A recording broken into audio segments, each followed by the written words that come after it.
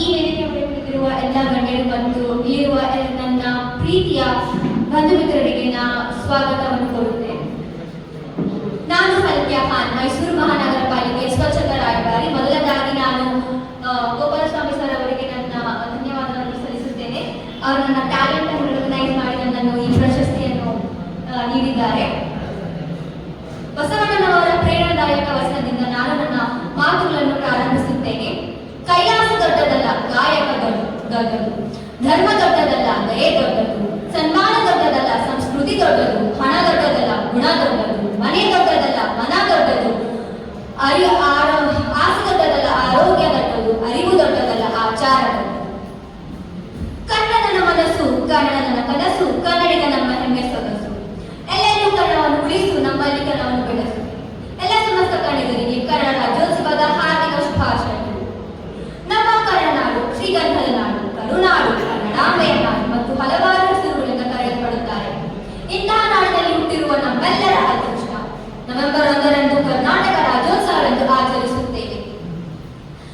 ಕನ್ನಡ ನಾಡಿನವರು ಹುಟ್ಟಿದ ದಿನವಾದ ನವೆಂಬರ್ 1ರಂದು ಕರ್ನಾಟಕದ ಸಮಸ್ತ ಜನತೆಗೆ ಯಾವುದೇ ಭೇದ ಭಾವ, ಜಾತಿ, ಧರ್ಮ, ಭೇದ ಭಾವವಿಲ್ಲದೆ ಒಗ್ಗಟ್ಟಿನಿಂದ ಈ ದಿನವನ್ನು ಆಚರಿಸುತ್ತಾರೆ. ಕನ್ನಡಿಗರ ಭಾವಕೋಶದಲ್ಲಿ ನವೆಂಬರ್ ತಿಂಗಳು ಅಂದರೆ ವಿಶಿಷ್ಟ ಸ್ಥಾನವಿದೆ. ನಾಡಭಿಮಾನಿಗಳಿಗೆ ನವೆಂಬರ್ ಅಂದರೆ ಕನ್ನಡ ಮಾಸ. ನಿಜವಾದ ಕನ್ನಡ ಪ್ರೇಮವನ್ನು ತೋರಲು ಸಭೆ ಸಮ್ಮೇಳನ ಘೋಷಣೆಗಳಿಂದಲೂ ಕೆಲವು ಸುಲಭ ಸೂತ್ರಗಳನ್ನು ನಾವೆಲ್ಲರೂ ಅರಿಸುವ ಅಗತ್ಯವಿದೆ. ನಮ್ಮ ಮನೆಗಳಲ್ಲಿ ನಮ್ಮ ಕುಟುಂಬದ ಸದಸ್ಯರ ಜೊತೆ ನಾವೆಲ್ಲರೂ ಕನ್ನಡದಲ್ಲಿ ಮಾತನಾಡೋಣ.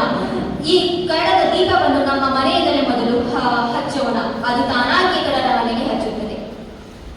ಕನ್ನಡ ತಾಯಿಯ ಮಕ್ಕಳಾಗಿ ತನು ಕನ್ನಡ, ಮನ ಕನ್ನಡ, ನುಡಿ ಕನ್ನಡ, ನುಡಿ ಕನ್ನಡ ಎಂಬುದನ್ನು ಕಾಯ, ವಾಚ, ಆಚರಣೆಗೆ ತರೋಣ. ಎದೆ ತಟ್ಟಿ ಹೇಳೋಣ ಭಾರತೀಯನೆಂದು, ಗರ್ವದಿಂದ ಬಾಳೋಣ ಕನ್ನಡಿಗನೆಂದು. ಸಾವಿರಾರು ಭಾಷೆ ನಾಲಿಗೆಯಲ್ಲಿರಲಿ, ಕನ್ನಡ ಭಾಷೆ ಹೃದಯದಲ್ಲಿರಲಿ. ಸಿರಿಗನ್ನಡ ಮೇಲೆ, ಸಿರಿಗನ್ನಡ ಬಾಳ್ಗೆ. ಜಯ ಕರ್ನಾಟಕ. ಧನ್ಯವಾದ.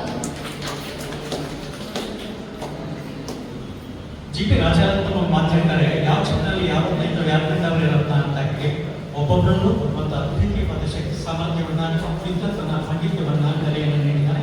ಅದಕ್ಕೆ ಸಾಕ್ಷಿ ಈ ಯುವ ಪ್ರತಿಭೆ. ಇವರಿಗೆ ನಮ್ಮ ಸಂಘದ ವತಿಯಿಂದ ಅನಂತ ಧನ್ಯವಾದಗಳನ್ನು ಸಮರ್ಪಣೆ ಮಾಡ್ತಾ ಇದ್ದೇವೆ. ಆದ್ಮೇಲೆ